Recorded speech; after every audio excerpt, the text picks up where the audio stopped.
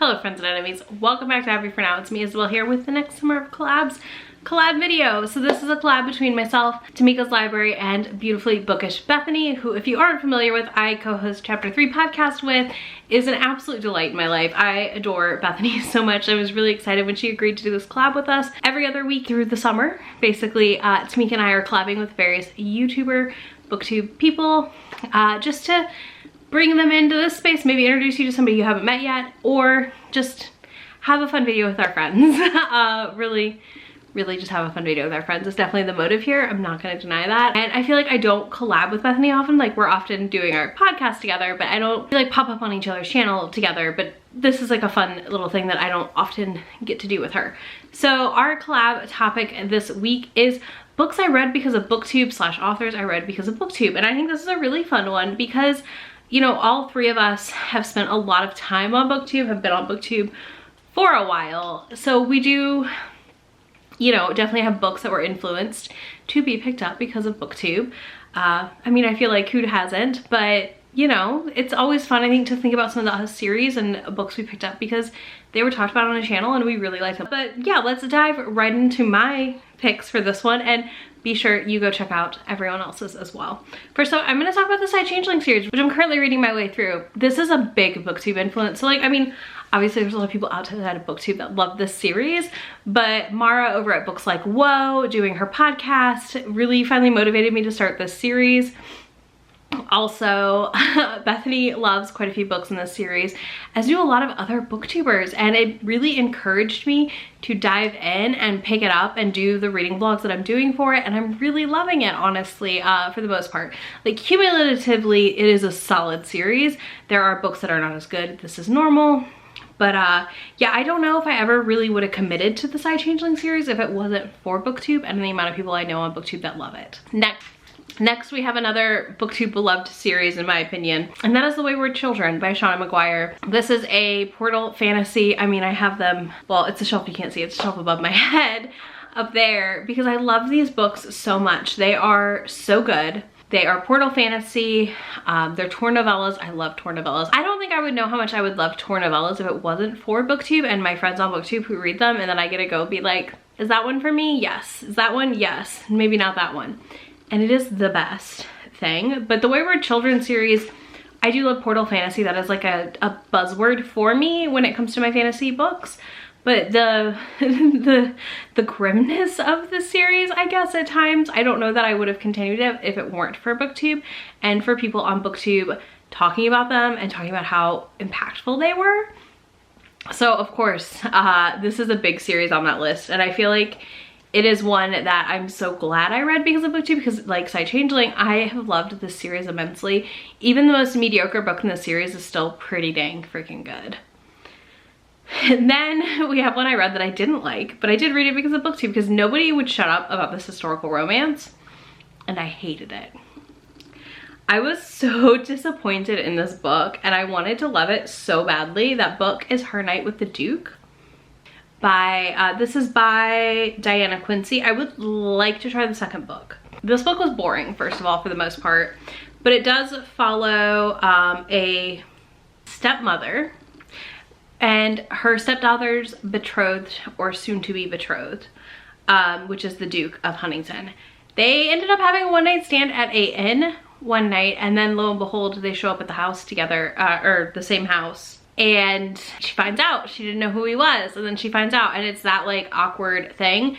But I felt like the miscommunication in this was terrible. I just was so, everybody was like, I loved this book, it was so different, it was so unique, and it just felt boring and not as inventive as the buzz plot points were for this book.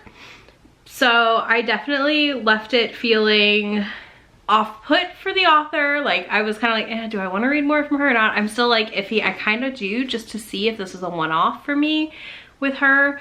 But you know, everyone was selling this book as this like really fun thing, and I was just like, I'm not having fun. I'm not having fun. And that was terrible. And it was a weird experience after watching everyone rave about it to be like, no. And usually, I mean, usually I'm not like super anti-popular books. Like, I can usually see the appeal, but I literally couldn't even figure out the appeal in this one, and I was left feeling like so blah about it. It was really weird. So one that I definitely would have never picked up without Booktube is Bunny by Mona Awad. I saw Kayla over at Books and Lala talk about it, and a couple other people talk about how weird it was. And I was like, I'm in a mood for weird books. So I picked Bunny up, and let me tell you, Bunny is fucking weird. And I'm glad I read it, because I did enjoy Bunny. Like, I rated it 3 stars, but I still liked it. I rated it 3 stars, so I don't know what to even rate this book, because it's just so weird. This book feels like a fever dream. Like you are tripping on something.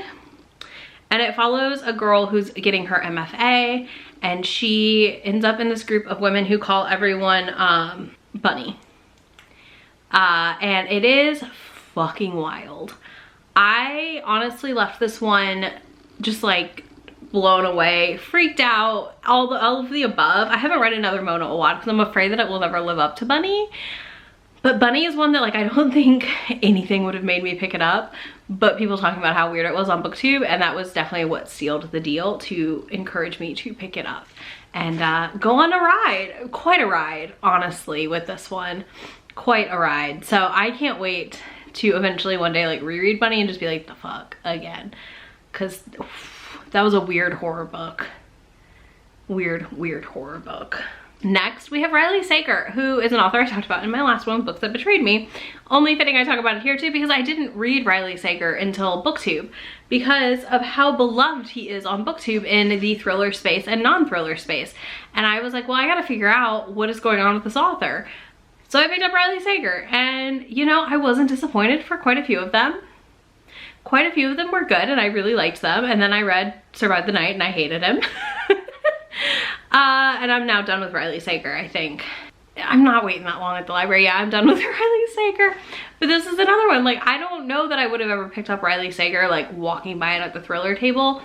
I, like, stumble into my thrillers, generally speaking. Like, I decide I want to read a thriller, and I just go find one that sounds interesting.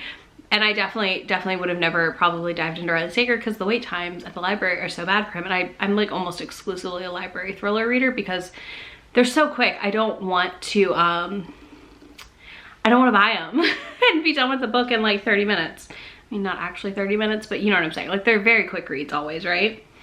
And then last, I'm gonna end with another romance author, which is Melanie Harlow. I hadn't really seen a lot about Melanie Harlow previous to reading Irresistible, which is her first book in the Cloverleaf Farm series. And it was fun. Like, that was a fun book.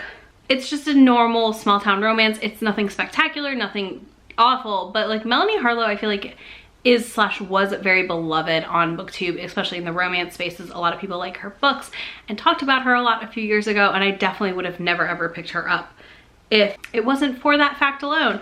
But yeah, those are the books and authors I read because of Booktube. Let me know one of yours in the comments. I feel like, you know, that's the fun of the book communities, right? We get to like get people to read other books we love and vice versa. So let me know if you have one in the comments. And if you don't want to do that, leave me a stack of books in the comments, because obviously Booktube and any bookish space drives my TBR way up constantly. It is amazing and awful all at once. So there's that. I will have links to all these books or authors in the description box for you, as well as links to Be My Friend anywhere on the internet. And make sure you go check out Bethany and Tamika's video. I will catch you all in a few days. Bye. Already packing, come with me. I'm not really asking. We'll get away to a place where we don't know.